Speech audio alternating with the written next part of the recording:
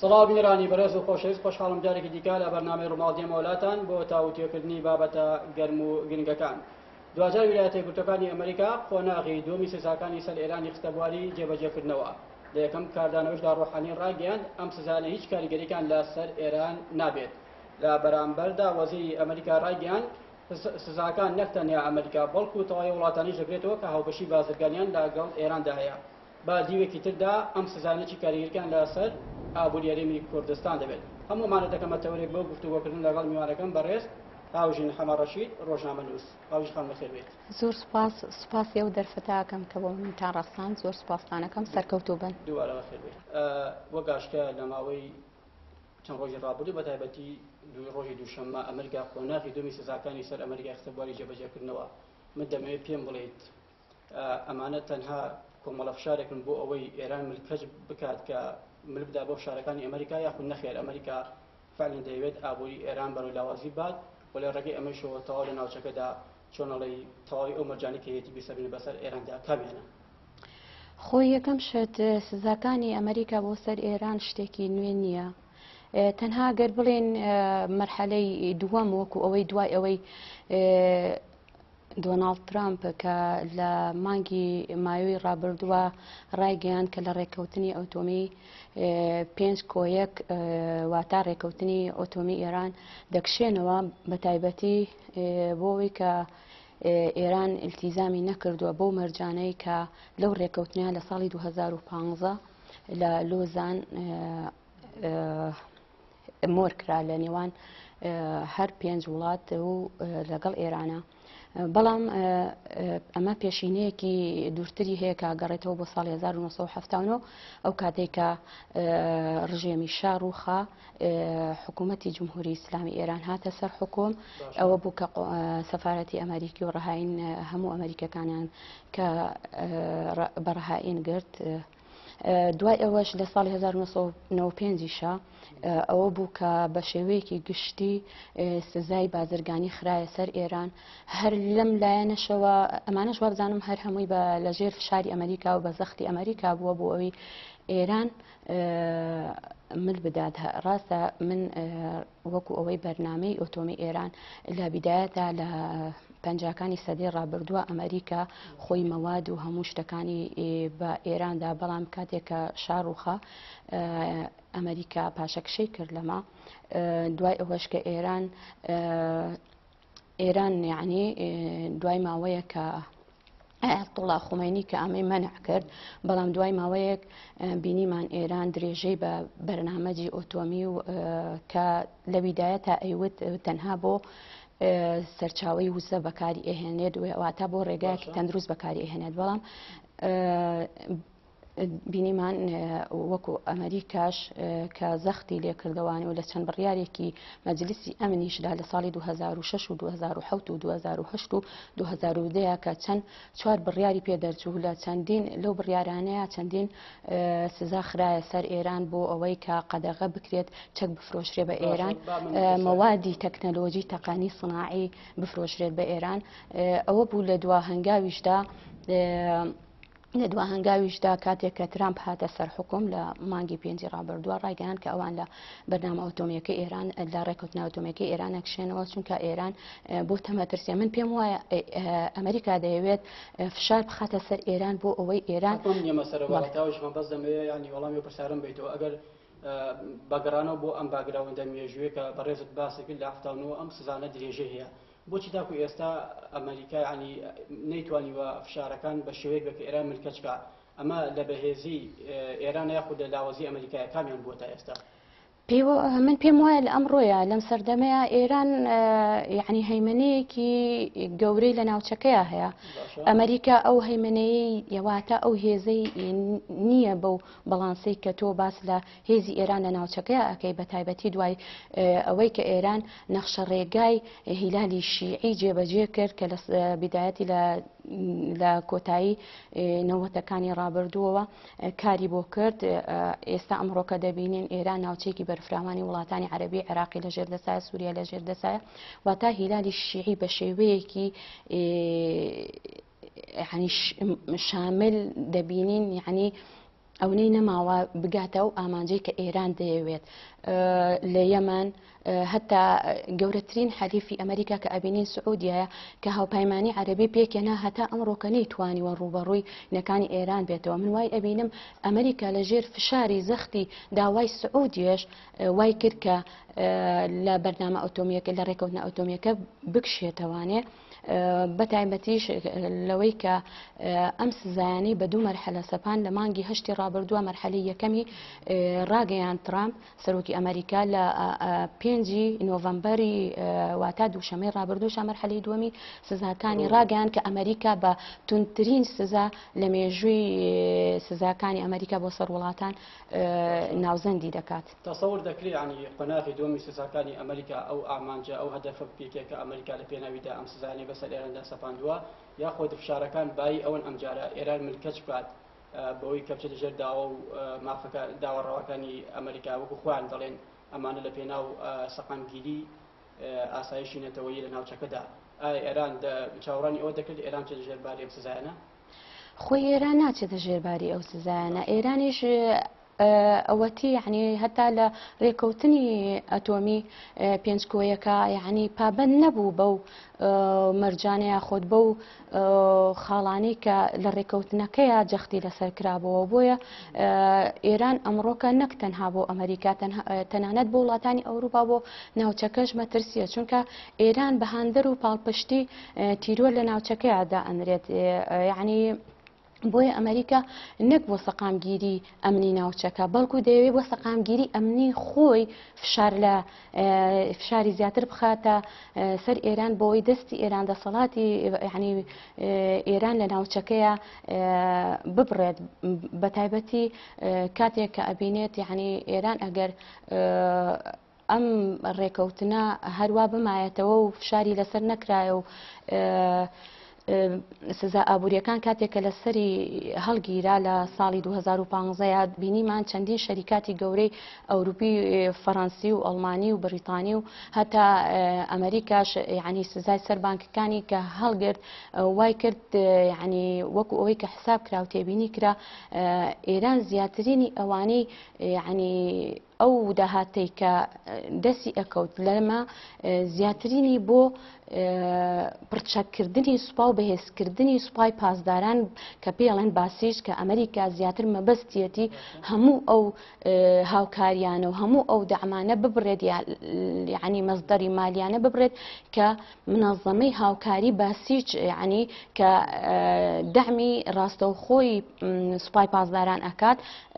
یعنی ئەمە ببڕێتە چونکە دەبینین وەکو ئەوەی کە وەزیری دەرەوەی ئەمریکا مایک بۆمبۆ ڕایگەیاند ئەڵێت میزانی سەربازی ئێران لە 140 زیادی کردو لە ساڵی 2015ەوە کە ئەمەش زیاتر ئێران بۆچی بەکاری ئێنێت بۆ پەشێوی و شەڕ و ئاژاوەناوەنەوە لە ناوچەکەیە زیاتر بەکاری ئەهێنێت. بۆ نمونە بۆچی ئەمریکا زیاتر فۆکسی لەسەر داهێنە سەربازەکانە لە ناوچەکەدا بەتایبەتی ئێمە دەتوانین بڵێین عنی هەیمەنە خۆی ئێران گەشتە ئاستێک کە بۆتە مەترسی لەسەر ئێران و ئەوەی کە ئێستا ئەمریکا بەسەر ئێراندا سەپانوێتی دەتوانێت ڕێگە لەم هەژمونە بگرێت لە ناوچەکەدا و ئەگەر نەیتوانی دەبێت ئەمریکا چی بژاردێکی دیکە لە بەردەم ئێران دەتاقی بکاتەوە. خۆی ئەم سزا ئابوووریانە پێم وایە گەورەترین یعنی هەنگاوەکە ئەمریکا دژی ئێران ناوێتی چونکە ئێران ڕاستە لەوانەیە وەزیری دەرەوەی ئێران ڕای بگەێنێت بۆ بەرزکردنەوە معنەویاتی گەلی ئێران کە ئەمە هیچ کاریگەریەکی وای نەبووە بەڵام کە ئێمە لە واقعی حاڵا دەبینین ئێران ئابووری ئێران لە داڕوخانێکی یعنی زۆر کارە ساتاویایە ژێرخانی ئابووری ئێران تەواو پەکی کەوتووە چونکە مەزدەری سەرەکی ئێران کە نەوتە کە 3 تا 4 سەتای نەوتی جیهان پێک ئەهێنێ کە ڕۆژانە 2 بەرمیل و نیو دەنێرێتە دەرەوە وەکو ئەوەی کە وەزیری دەرەوەی ئەمریکا ڕایگەیاندووە لەوەتی مەرحەلەی یەکەمی سزاکان جێبەجێ کراوە ڕۆژانە ئێران 1 ملیۆن بەرمیل نەوت زەرەر ئەکا یعنی 1 ملیۆن بەرمیل نەوت ناتوانێت بنێرێتە دەرەوە لەبەرەوەی 8 وڵات هەیە کە هاوپەیمانی ئەمریکان کە ئەمانە ئیعفاش کراون بەڵام ئیعفا کراون لەبەرەوەی ئەوانە کڕینی نەوتی خۆیان لە ئێران گیانۆتە حاڵەتێکە سفرە یعنی کە ئەمە یعنی کاریگەری چۆن ڕاستەوخۆی هەبووە بینیمان خۆپیشاندانەکانی ئێران ئەنجامی چی بوون ئەنجامی ئەو ناڕەزایەتانە بوون کە ئێران زیاترینی داهاتەکەی دەخلی وڵاتەکەی لە خزمەتی هێزی سەربازیە و دەسەڵاتی سەربازیە بەکارهێنێت ئەمریکاش نایەوێت لە شعبی ئێرانی بات بەڵکو وەکو خۆی ئەڵێت وەکو وەزیری خەزینەی ئەمریکا لە ڕاگەیاندنی سزاکانە ئاماژەی پێەیە وتی ئێمە ئەمانەوەی نیزامی سیاسی ئێران یعنی شکست پێبێنین وای لێ بکەین کە دەستی ئێران یعنی هەم وای لێ بکەین موشەکە بالیستیەکانی یعنی ڕابگرێت هەم بەرنامەی یعنی پەرەسەندن و فراوانکردن و بەرەمهێنانی چەکی چەکدام ئەتۆمی هەمیش یعنی دەوری دوژمنکارانە و ناحەزانەی ئێران لە ناوچەکەیە ئەیانەوێت چونکە من پێم وایە مەبەستی سەرەکی ئەمریکا ئەمەیە چونکە ئێران لە کۆتاییە یان لە داهاتووە وەکو ئەوەی بێرنارد لویس لە پێشبینیەکانی بۆ ڕۆژهەڵاتی ناوەڕاستدا باسی ئەکات ئەمریکا کاتێ ئێستا کە ئەڵێن ئەمریکا ئەو وجودەی نییە لە شەرق ئەوسەتا ئەو وجودەی نییە لەبەر ئەوەی ڕەنگە کە ئێمە ئەڵێن بۆ داهاتیان بوونەوە تاتۆ نەخێ ئێستا کە ئەمریکا و رووسیا بۆ ماوەی چەند ساڵکە هیچ دەورێکی لە ناوچەی ڕۆژهەڵاتی ناوەڕاستانە بوو دەبینێت کە ئێستا هاتوتە ناو گۆڕەپانەکە تەنها مەساڵحی اقتصادی نییە بەڵکو مەساڵحی ئەوەیە کە ئەوان دەیانوێت ڕوبەڕووی تیرۆر بنەوە چونکە بەردان لویس دەڵێ کاتێکە یعنی دەسەڵاتی تۆتالیتاری ئیسلامی لە ناوچەکەیە دەسەڵات ئەگرێتە دەست یعنی ناوچەکە ئەمریکاش و ئەوروپاش و هەموو وڵاتانی تریش ڕوبەڕووی هەڕەشەی تیرۆر ئەبنەوە ئەمە وای کردووە کە ئەمریکا جارێکی تر دێتەوە ناوە رووسیا دێتەوە ناوە ئەگەر حاڵی ئێران بەم شێوەیە کە باسی دەکەی بۆچی رووسیا و چین ئامادەنین پشت بکەنە ئێران و تەنانە هەردوێنێ وەزیری دەرەوەی چین دەڵێ ئێمە یەکێکی نە وڵاتانی تا ئەو دقەی ئێران پێویستی بێمەوێت لە ناوچەکە ئێمە ئاوبەشی بازرگانی لەگەڵدا دەکەین یاخود ئەمە بۆ خۆی دەرخەری و ڕاستی نییە فعلا ئەوە نانوێت بەژەونەکە لەگەڵ ئێران تێبدەن و ئێران هەتا ئەم دقەش کە موتۆ قسە دەکەین هێمنەی لە ناوچەکەدا هەیە و دەتوانێت ڕوبەڕووی ئەم فشارانە بێتەوە خۆی مەسەلا ئەوەی بلوکی شەرق و بەلوقەی غەربەکەیە یعنی شەڕی سارد هێشتا بە شێوەیەک لە شێوەکان بەردەوامە تۆ دەبینیت نەیاری سەرەکی ئەمریکا رووسیا یعنی بۆ نمونە هەر بڕیارێک لە مەساڵحی شعبی سووریا حتا لە سووریاش بدرێت رووسیا لە مەساڵحی مانەوەی بەشار ئەسەد کە بەشار ئەسەد بۆ خۆی ئێران دایناوە یعنی نوێنەری ئێران یعنی شەڕ وەکیلی ئێرانە لە سووریایە دەبینین لە هەموو ئەوانەیە رووسیا و سین ڤیتۆ بکەن رووسیا و سین هەردووکیان هاوپەیمانی یەکەن لەگەڵ ئەوەشە ئێمە بێ وڵاتێکی ترمان بێت نەچێت کە ئەمڕۆ لە داهاتووشە دێتە ناوەوە بۆ گۆڕەپانەکە کە ئەویش هێندە کە لە داهاتوودا یعنی ڕۆڵی ئەبێت لە ناوچەکەیە و ڕۆڵی ئەبێت لەسەر ئاستینەوە دەوڵەتیە چونکە دەبینین ئابووری و اقتصادی هندستان لە گەشەسەندنێکی زۆردا لەگەڵ ئەمیشە سین دەوری سەرەکی هەیە باشە بە نەتیجە بۆ نمونە ئەم وڵاتانی کە یەنە ناو ئەم هاوکێشەوە یعنی دەتوانن چی بکەن بۆ ئێران دەتوانن لانی کەم ئەو شارانەی کە ئەمریکا لەسەر ئێران دایناوە لانی کەم ئەگەر کۆتایشی پێنێنن کاریگەریەکە کەم بکەنەوە حدێک ڕەنگە بتوانێت بەڵام ئەگەر ئەمە درێژە بکێشێت هەر ئێران ناتوانێت بەرگێ بگرێت وەکو ئەوین کە دەبینین کە رووسیا ڕایگەیاندووە کە دەیەوێت ڕۆژانە 1 ملیۆن بەرمیل نەوتی زیاد لە ئێران بکڕێت بۆ ئەوەی کە یعنی ئەمە بۆ چییە بۆ ئەوەی هاوکاری ئێران بکات لەمەیە کە ڕوبەڕووی ئەو ئابلوقە ئابووریانە ئەو سزا ئابووریانە ببێتەوە کە ئەمریکا خستوێتە سەر ئێران وەکو وتمان کە ئەم سزا ئابووریانە لە مەرحەلەی یەکەمە کە مانگی هەشتی ڕابردوو بوو مانگی ئابی ڕابردوو بوو قۆناغی یەکەمی ئەوە بوو کە ڕێنە درێت بە مامەڵەکردنی دۆلار مقابلی تمەنی ئێرانی دوایی عقوبات سزا بخرێتە سەر ئەو ڕێکخرا و یاخود ئەو مؤسسات و ئەو حکوومەتانەی کە مامەڵە لەگەڵ تمەنی ئێرانی بە دۆلار ئەکەن سێم شتیش یعنی هاوردەکردن و ناردنەوەی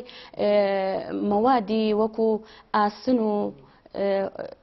هین ئەلمنیۆم و ئەوانە لە ئێران سێم شت ئەوە بوو کە سزای لەسەر بانکی مرکزی ئێران بوو بەڵام لە مەرحەلەی دووەما دەبینین سزاکان زۆر قورستر بووە بە شێوەیەکی گشتی هەموو بواری وزەی گرتووەتەوە کە بە هیچ شێوەیەک یعنی هیچ وڵاتێک ئەوەی کە دەکەوێتە زمانی ئەو ڕێکەوتنەوە نابێت یعنی یان هاوپەیمانی ئەمریکایە نابێت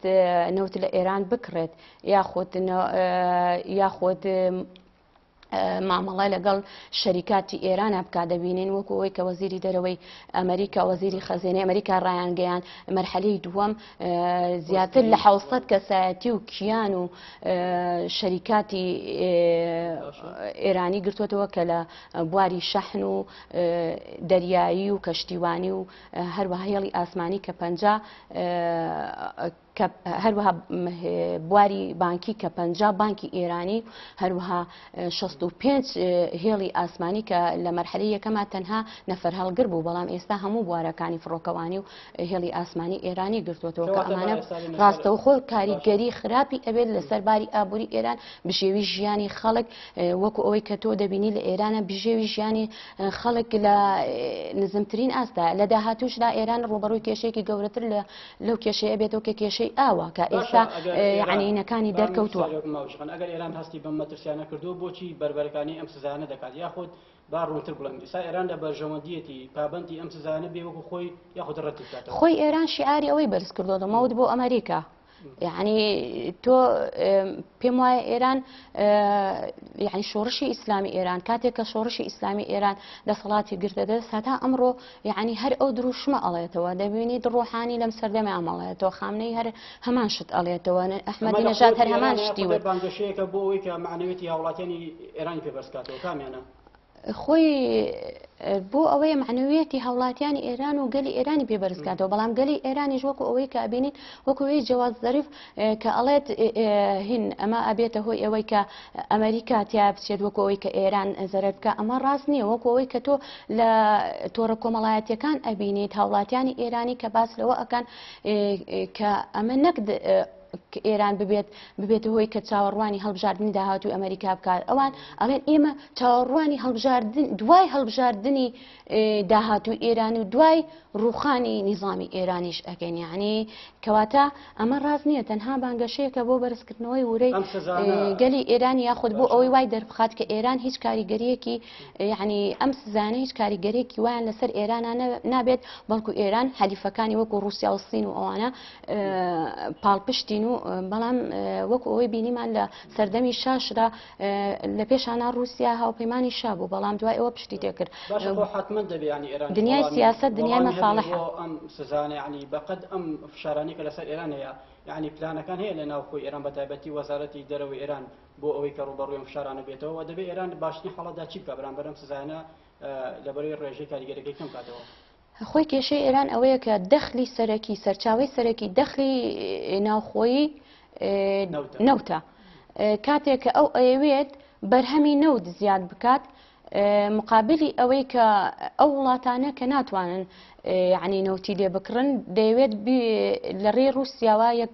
ملیۆن بەرمیل نەوتی ڕۆژانە زیاد بکات ئەمە تا حدێک ڕەنگە چارەسەر بێ بەس ئەمە چارەسەرێکی کاتیە یعنی موزمن نییە چونکە تۆ وڵاتێکی 8 ملیۆن کەسی کە زیاتر لە 8 ملیۆن کەسە ناتوانێت دوایی دەبێتە هۆی ئەوەی کە ئێران تموحاتی لە ناوچەکەیە زیاتر بەرتەسک ئەبێتەوە کە ئامانجی سەرەکی ئەمریکاش لێدانی ئامانجەکانی ئێرانە لە ناوچەی شەرق ئەوسەتا کە ئێستا ئێران دەیەوێت لە ڕێ موشکی بالیستیەوە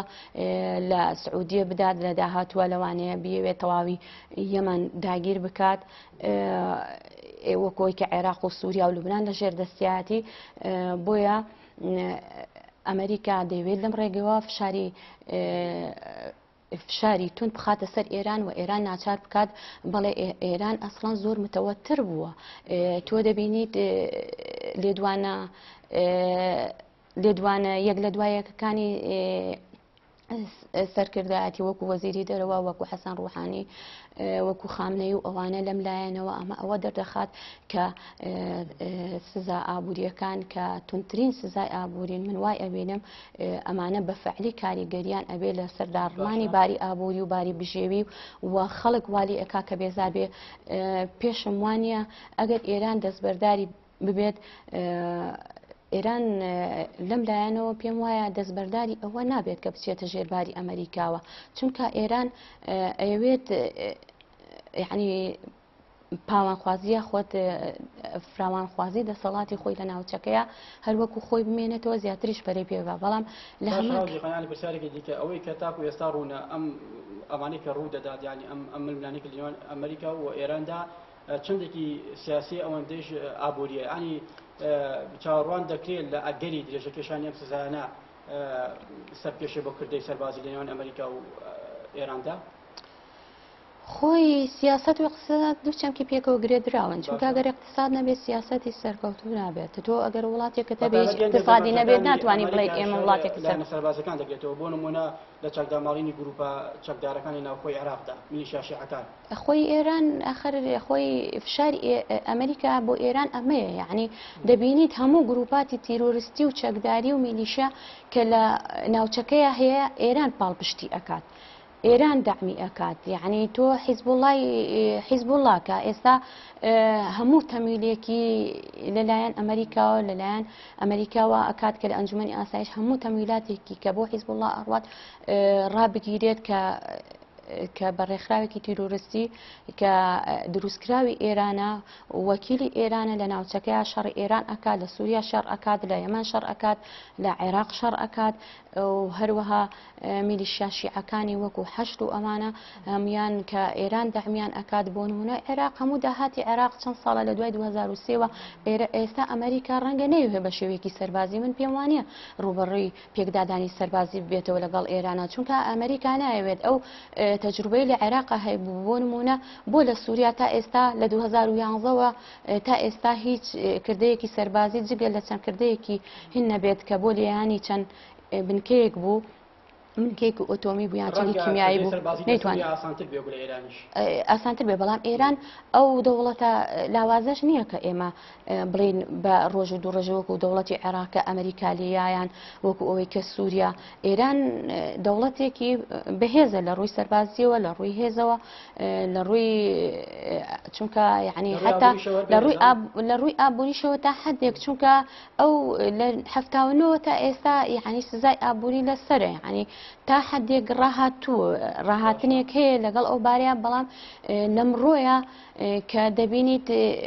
فشارەکان زیاتر ئەبن بۆ سەر ئێران وای لێ ئەکات کە داهاتی کەمتر بێ بۆ لایەنی سەربازی چونکە ئەگەر داهاتی کەمتر بێت بۆ بەرهەمێنانی چەکی ئۆتۆمی یاخۆت بۆ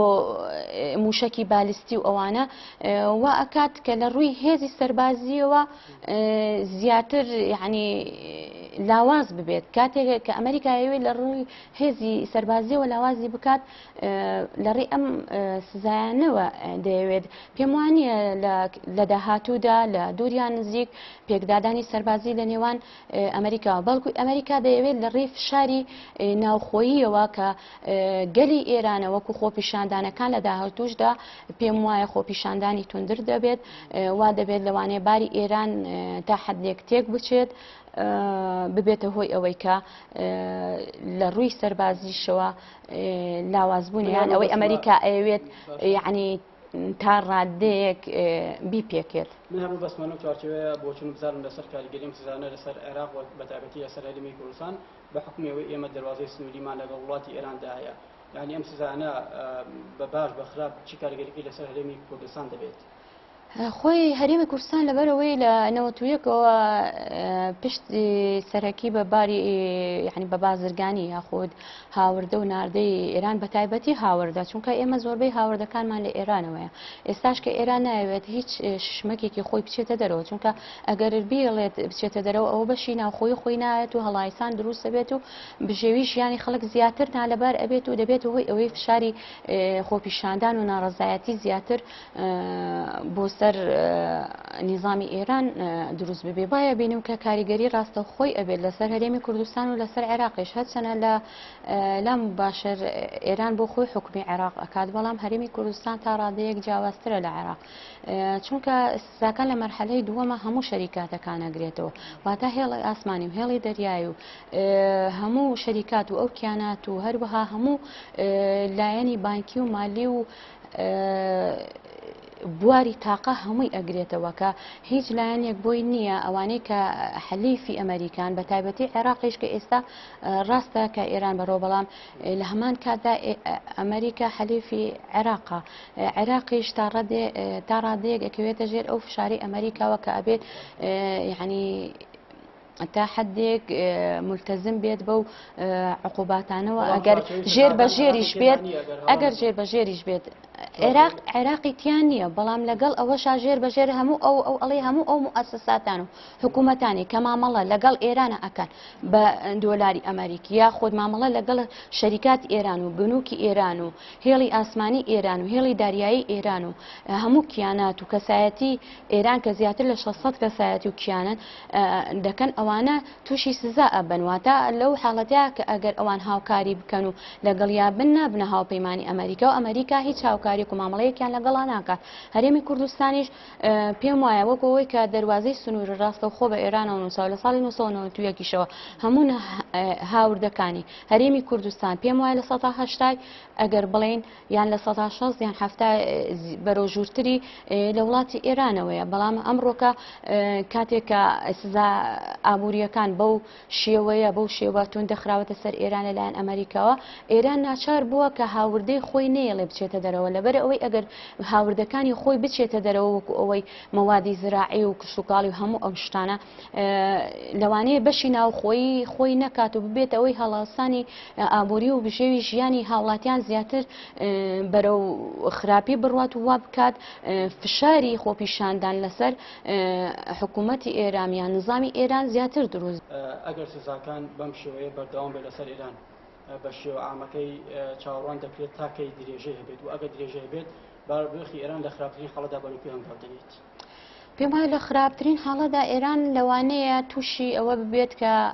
هەموو خەڵک ناڕازای وەکو عێراقی لێبێت وەکو عێراق حکوومەت یاخۆ نیزامی ئێران شکست بهێنێت کە ئامانجی سەرەکی ئەمریکاش ئەوەیە وا بکرێت لە ڕێی خۆپیشاندانەکان ناڕزایەتی خەڵکەوانێت چونکە ئەگەر بارەکە بەو شێوەیە درێژە بکێشێت پێم وایە ئێران یعنی ژێرخانی ئابووری بە تەواوەتیدا ئەڕمێت باری ئابووری و باری بژێوی خەڵک بە تەواوەتی تێک ئەچێت کە ئەمانش کاریگەری ڕاستەوخۆیان لەسەر نیزامی ئێران ئەبێت. زۆر سپاس بۆ خاوژین حەمە ڕەشید ڕۆژنامەنووس سپاس بۆ ئامادەبوونی دووبارە بەخێر بێت. سپاسی ئێوەشەکەم. بینەرانی بەڕێز و خۆشەویست ساتەوەرێکی دیکە و بەرنامەیەکی دیکە هەر شاد بن.